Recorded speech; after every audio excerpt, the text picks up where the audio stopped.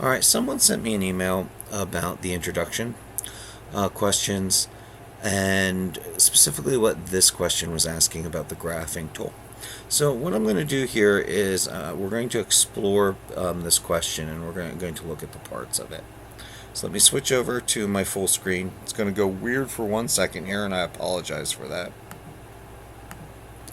Alright, so this asks about the interactive graphing tool. And if you click this book here, it gives a breakdown of the different parts of how you can use the tool. And there are really two major ways to use the tool.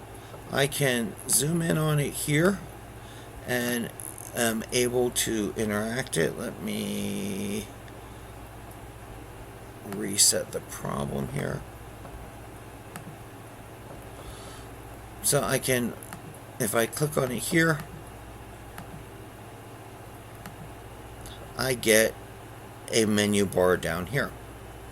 I can also click on the button here that enlarges the graphs, and it pops up a window here, and it places the menu bar off to the side. I want to work with it here, and we're going to go through what it asks us to do. So it says use the cubed button to graph the x cubed function.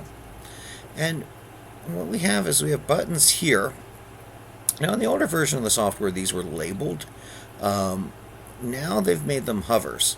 So if I hover over that, I see x cubed.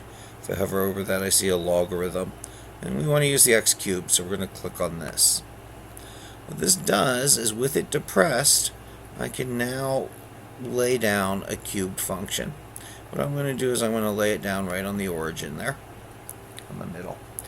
As soon as I lay it down, it highlights it in yellow, and it pops up a secondary box.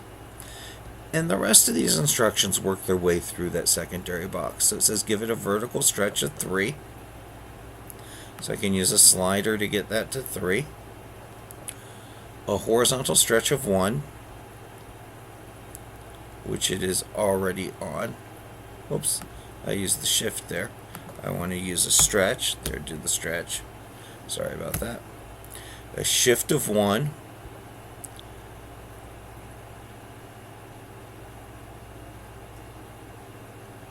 And let's see, a vertical shift of 0.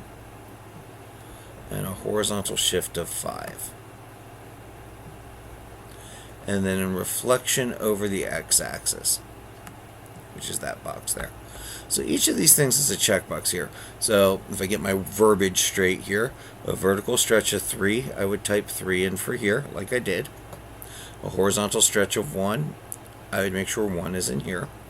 A vertical shift of 0, I would want this slider to be on 0.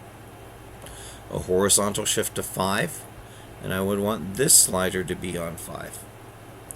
And then reflect over the x-axis, I want this checkbox. And so this is move the graph to this location, and I'll go check answer. It has moved it fine. We will be using the graphing tool in Chapter 6 to do some lines.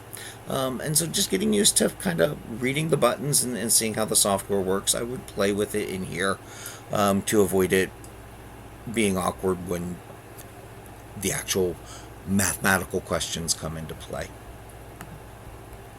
Sorry about the mirroring here.